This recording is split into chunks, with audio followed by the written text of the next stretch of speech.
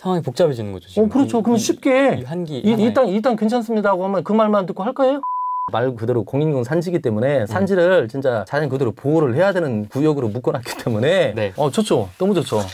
여기 지금 저희 수강생 이것만 보고 그냥 아까 용도경은 안 보시고 이것만 보고 안타까워라 죽으시더라고.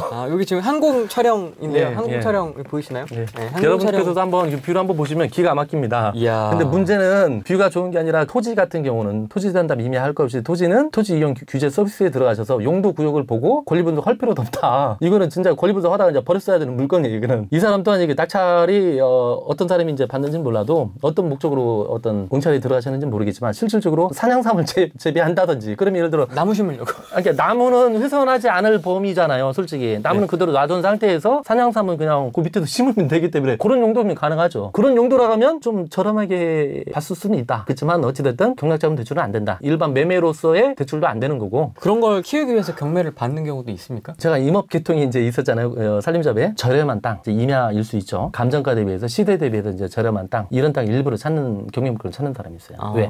산양삼을 재배한다든지 이런 용도로는 전답 이런 데는 위치가 너무 좋잖아요. 예를 들어 보통 우리가 알고 있는 전답이라고 하면 좋은 데는 뭐 답이 한 5에서 10만 원 가잖아요. 평당. 그런 데서 그러면 임대차를 하더라도 못지않은 임차를 줘야 되는 상황이고. 근데 예를 들어 산골짜기 아까 이런 공인용 산지라든지 이런 산골짜기 쪽에서 임대차를 한다면 임대료가 적어질 수밖에 없는 거잖아요. 산양삼을 재배한다든지 어떤 표고버섯을 재배한다든지 이런 분들은 시세 대비해서 오히려 깊은 산골짜기 임야를 찾을 수밖에 없는 거죠. 아니면 깊은 전을 찾는다든지. 그래야 이게 수지 타산이 맞기 때문에. 그런 경우라면 가능하겠네요. 그런 경우라면 그런 목적이라면 가능한데 이게 지금 아까 300평 정도 되잖아요. 이 사람 지분에 대해서만 300평인데 묘가 지금 20기 약 20기 있는 걸로 되어 있는데 이게 예를 들어 한 10평 넘을까요? 한 묘당? 10평 한 전후 되지 않겠어요? 네, 묘 한 기다. 크고 작고. 그러면 그냥 10평으로 잡아도 네. 20기면 200평 아닙니까? 네. 근데 이게 300평이잖아요. 네. 10평까지는 안 될 것 같습니다. 한 5평에서 8평 정도? 그게 넉넉 잡고 10평 잡으면 한 200평 잡아먹는 거 아닙니까? 이게 어떤 활용도 측면에서 분묘를 피해서 심어야 되는 거지.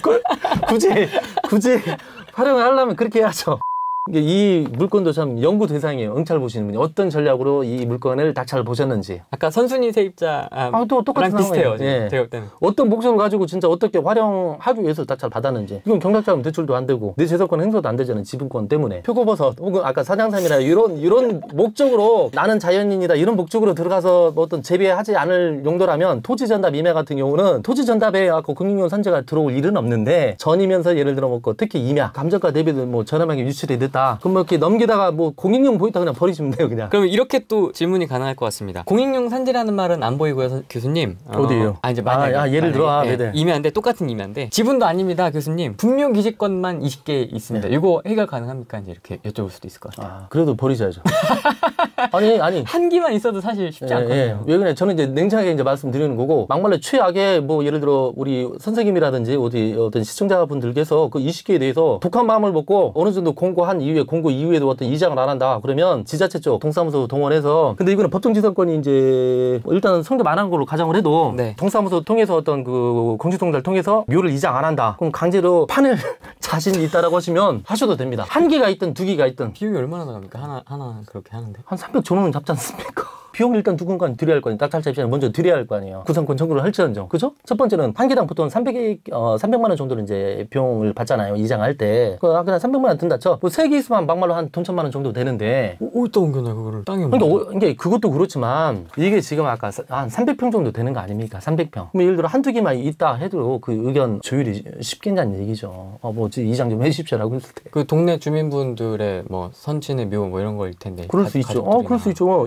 아까 이 바닷가 유혹 근처에 있는 사람일 거 아니에요. 그렇죠. 그럼 이게 그렇죠. 지금 한두 개만 있어도 문제가 쉽게 어떤 해결이 안 될 여지가 큰데 이게 20기 정도나 되는데 아까 한 사람이 다 20기를 소유하고 있는지 어쩐지는 몰라도 이게 난리가 발칵 나지 않겠습니까? 그 난리를 발칵 이겨낼 자신이 있다라면 강제로 그렇게 하실 수도 있겠지만 그렇게 배짱이라든지 배포가 그렇게 크실 분은 없다. 그렇게 또 너무 곤경에 안 좋게까지 하면서까지 하는 분도 경우에 따라서 있는 걸로 알고 있어요. 그렇지만 그 어떤 조상의 뭐 남의 조상을 손댄다고 하는 거는 좀 해코지 하는 거일 수도 있고 아무리 뭐 법대로 한다고 하지만 그래도 정서상 또 다른 문제도 있고 또 이거는 또 정서상의 문제도 있지만 또 조상의 묘에 관련된 문제인데 자녀분들 입장에서 쉽게 물러날 어떤 타협할 상황은 아니지 않습니까? 그 설령 이장을 한다 하더라도 그럼 좋은 자리를 알아봐 주십시오라고 뭐라고 할 건데요? 낙찰자한테 그럼 선생님 저 그럼 좋은 묘자리 알아봐 주면 저 갈게요. 그러면 또 직관 불러다가 뭐 수맥이 흐르는지 안 하는지 이 정도 안 할 겁니까 솔직히? 직원까지 동원해야 될 정도로 상황이 복잡해지는 거죠. 지금. 그렇죠. 그럼 쉽게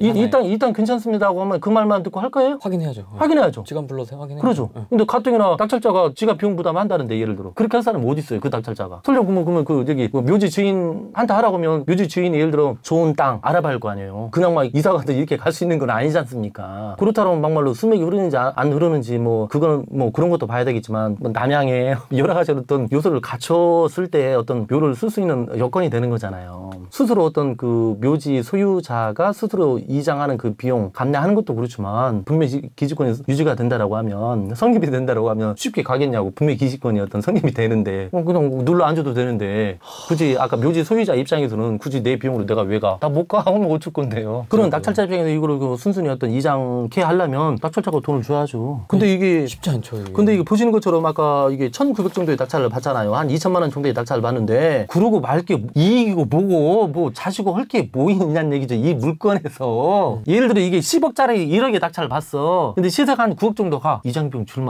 수 있는 여건은 되는 거 아닙니까? 트라이 해볼만 하죠. 그렇죠. 이게 공인중 산지나 이런 게 여건이 좋은 물건이라고 하면 단순히 분묘만 있다면 그렇죠. 근데 이거는 뭐 아까 300평에 지분에 감정가 이게 뭐 시세가 맞는지 안 맞는지도 모르고 또 공인용 단지에 묘가 20기나 있고 한 장 한 장 넘기다가 버려야 되는 상황이라니까 이 물건은. 아니면 뭐 진짜 뭐 이 동네 사람이 뭐 이 묘 20기 중에 뭐 어떤 가족이 있으면 몰라도 이런 그런 이해관계가 있지 않는 한 이거는 차라리 입찰부분을 포기하고 활용할 수 있는 여지는 전혀 없다. 대출도 못 받고 공인용 들어가면 그냥 무조건 금융기관에서 그냥 버린다고 보시면 돼요. 금융기관에서도 대출 안 되는데요. 그냥 가시자마자 그냥 버린다고 보시면 돼요. 금융기관에서도 그냥 공짜 들어가면 그냥 버리는 거예요. 왜? 금융기관 어떤 담보 가치에 이익의 가치가 없기 때문에 대출 지급 거절을 하는 거예요.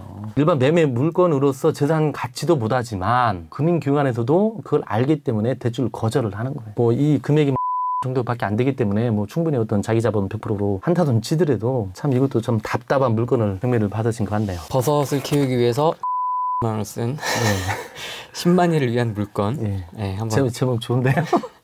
알아봤습니다.